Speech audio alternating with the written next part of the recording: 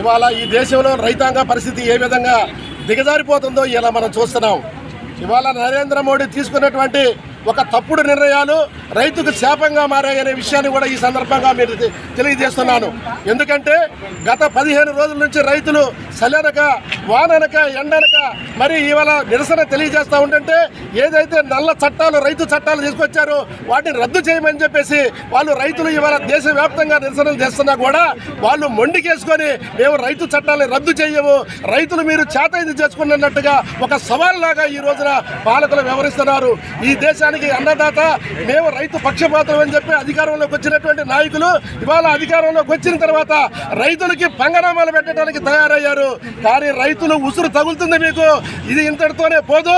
ఈ ఉద్యమం రైతు చట్టాలను రద్దు చేసేదాకా కేంద్ర ప్రభుత్వం దిగొచ్చేదాకా దేశవ్యాప్తంగా రైతులు ముందుకెళ్తారు. వాళ్ళకి మేము ఎప్పుడూ కూడా తోడుగా ఉంటాము. ఈ చట్టాలను రద్దు చేసే వరకు కూడా ఈ ఉద్యమం ఆగదని చెప్పేసి కూడా మేము తెలియజేస్తున్నాం. అదేవిధంగా ఈ రాష్ట్రంలో ఉన్నటువంటి ఇవాళ వైఎస్ఆర్సీపీ పార్టీ కానీ తెలుగుదేశం పార్టీ కానీ మీరు కూడా ముందుకు రావాలి.